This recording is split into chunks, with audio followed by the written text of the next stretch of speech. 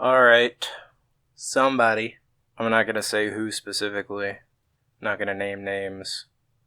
But somebody took another Monday shift. Didn't get this out. Monday morning. Again, just like last week.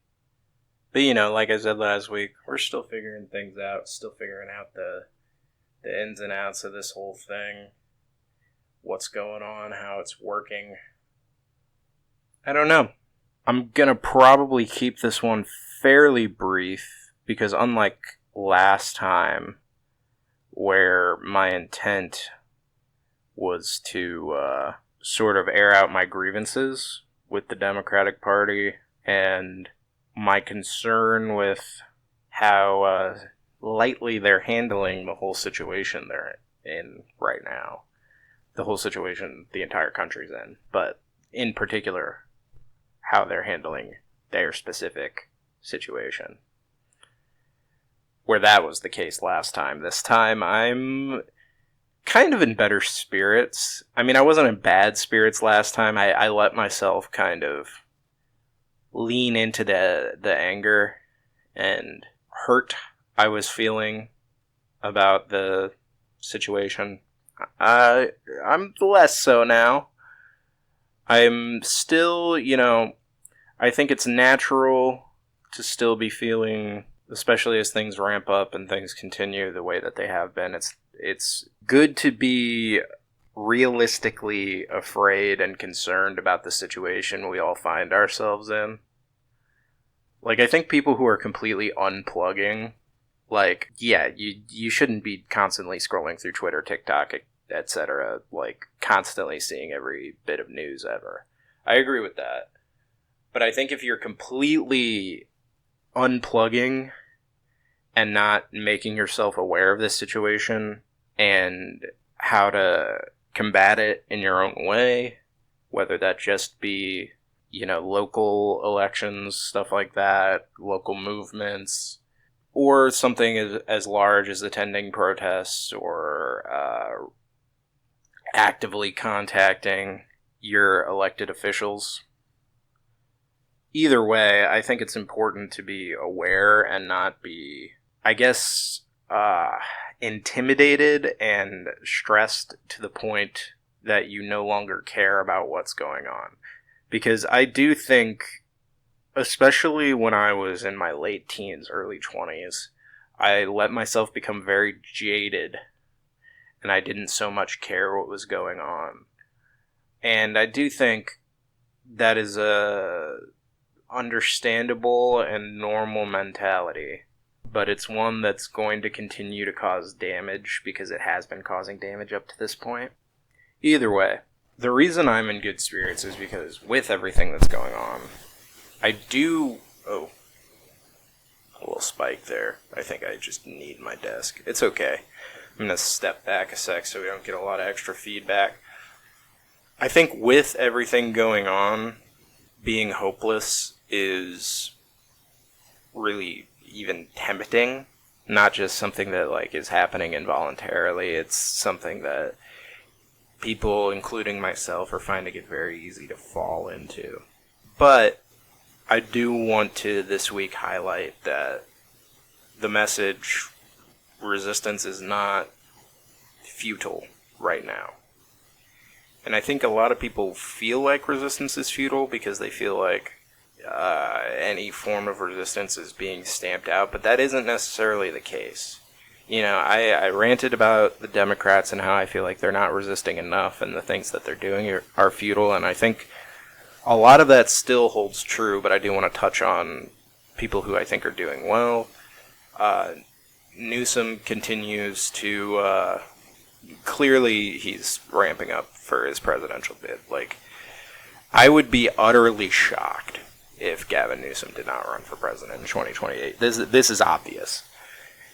But I do think he's doing the right thing, and his messaging is strong right now, even though on the policy side of things, I don't have much faith in him as a leader of the people at large or a shepherd for any sort of positive change beyond dialing back some of the the authoritarian things that have been normalized, in these last almost 9 months. I think Pritzker, his messaging to me is stronger, and it could just be because I am closer, I'm very connected to the Midwest. I believe strongly that we in the Midwest should be supporting one another very closely. I think from Kansas City to Detroit to Chicago to St. Louis, we should all be reaching out and helping each other, whether we're in a red or blue state, because I do think we have significantly more in common with one another than party lines would have you believe. But, Pritzker's messaging, he's called for the 25th Amendment. He's getting judges involved. He's calling on elected officials, governors of other states to stop what's going on. I think that messaging is very strong. I think it's great that a federal judge has stopped the National Guard from Texas being put into Portland, but now those people are going to Illinois, and I would like to see Pritzker reaching out to more federal judges to try and stop that, because that being something that's impending is concerning. Pritzker, in cooperation with, his name escapes me right now. It's something easy to remember. This is why we have a phone. Brandon Johnson, that's what it is. I knew it was something Johnson. I was thinking Marcus Johnson, but that's somebody else. Mayor Johnson of Chicago has declared it a quote-unquote ice-free zone, which doesn't mean that ice can't be there. It just means that state property cannot be used for federal immigration activities. I believe this is something that has already existed in Illinois, but he's signing an executive order to make that firm that it is fully illegal for this to happen. We'll see if the feds adhere to that. I assume that they will, but he also called on private businesses to engage in this as well, which is really cool. This is the type of leadership at the mayoral level and at the governor level that I like to see. This is resistance within our officials, though, and I think all that is great, but I also want to highlight resistance among the people, because I think that's something that a lot of people probably are being scared out of right now by the, is it NSPM or NPSM 7? This order that Trump gave that, it's very vague. I talked about it last week a little bit, but I didn't say it by name. But, the thing that's if you have any sort of resistance to the white Christian nationalist, conservative, capitalist regime that they're pushing and that has been pushed, previously by similar people, if you resist that in any way, you're a terrorist, is basically what this has said. I think the public, especially those who know about this, are probably scared to put up a resistance, but I want to, once again highlight that Chicago's protests at the Broadview ICE facility have been constant, incredible. I'm happy that they're continuing to do that. There's also this video going around of 2 ICE agents trying to take a man. It's about a 4-minute video. It's been going around on social media. 2 ICE agents are trying to detain a man. He's fighting back. And people are stopping their cars in the road. People are getting out of their vehicles, coming from stores and stuff, and they're coming all around, shouting at the ICE agents, trying to get them to leave. One guy, he doesn't do it forcefully, but he does come and try to, pull their hands off of them, which is great, too. I think this sort of resistance that is not explosively violent is something that I want to see more of. Because, it's a 4-minute video, and there's no cuts or anything, which means these people took 4 minutes out of their day. You're 4 minutes late to work, your boss is like, oh, whatever. You're 4 minutes late to, pick your kid up from school. It's like, hey, you're a little late. It's no big deal. I think people underestimate the numbers of the public and how powerful it is when we outnumber these people and catch them off guard and tell them no. Because they didn't even, like, get physically hurt in any way. They just gave up because there were so many people and they could see that they were outnumbered and it was bad. There was no threat of violence communicated. There was only the statement of no communicated. There was only the statement of we will not let this stand communicated. And that's powerful to me, and part of why, compared to last week when I was really down about how the Democratic leadership did things, up into the shutdown and everything, I was very down about all that.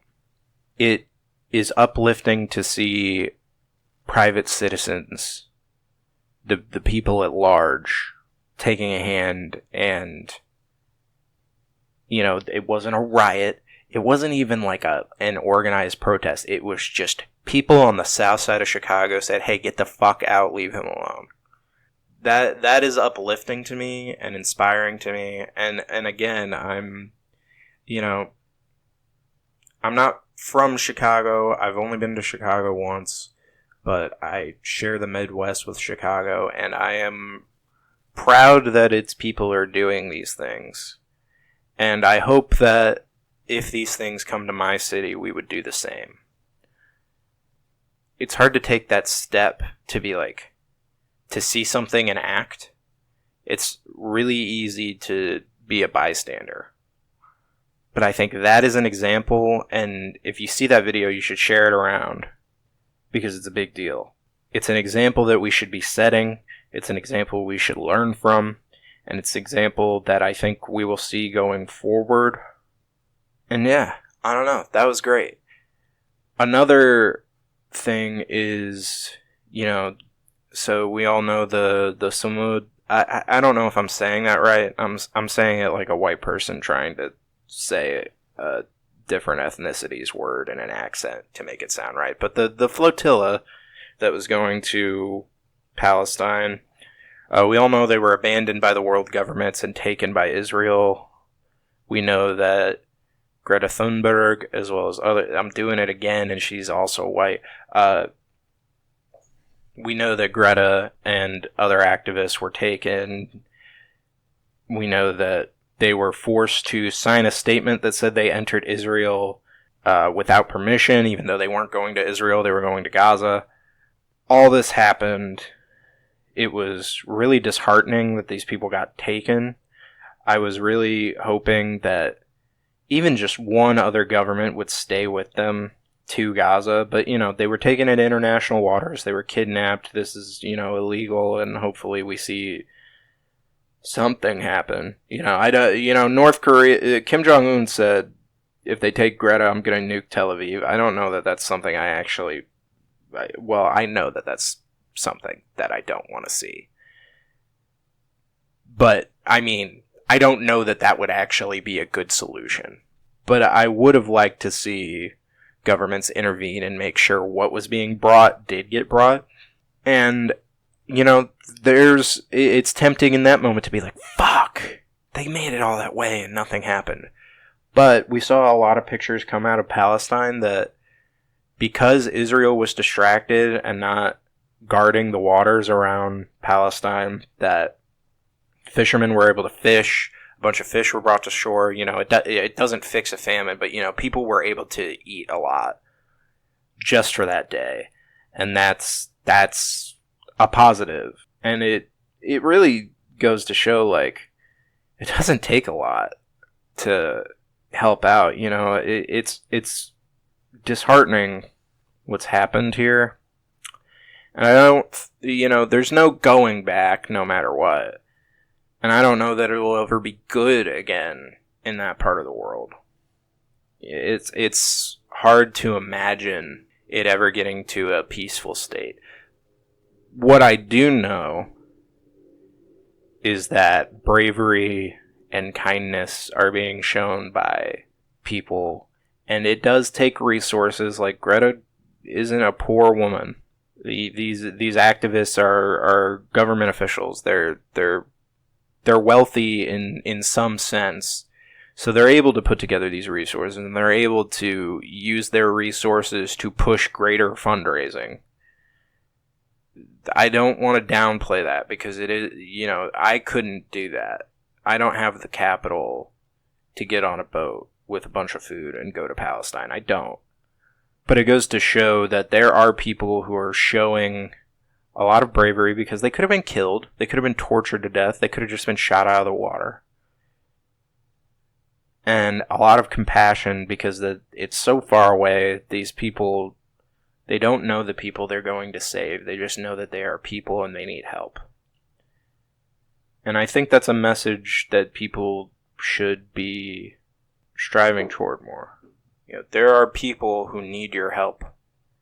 And you don't have to donate tens of thousands of dollars. You don't have to, build a hospital. You don't have to get on a boat and sail to Palestine. But there are people that need your help, and you can help in a small way. And it may not fix everything. But if, when you are able, you go out of your way to try and help, then for one day somebody who is hungry might get to eat. So when somebody is trying to take your neighbor, tell them to fuck off. It's kinder to care. We are in a time where the world is in a deficit of kindness, a deficit of care, and we cannot afford to be so judgmental and skeptical of our neighbors and the people around us. There are people at the top who are pushing for us to be cold and cruel and unfeeling toward one another. And to resist that will have an effect on yourself and the people around you, is how I feel. And it's nice to have that reaffirmed. I'm gonna leave you with an easy song today. It's ska, so it's not always my vibe, but occasionally it's my vibe. I'm gonna call it ska, and I'm sure somebody will disagree with that, but it's fine. Go listen to Unity by Operation Ivy, and just, I don't know, overdose on some hopium this Monday afternoon.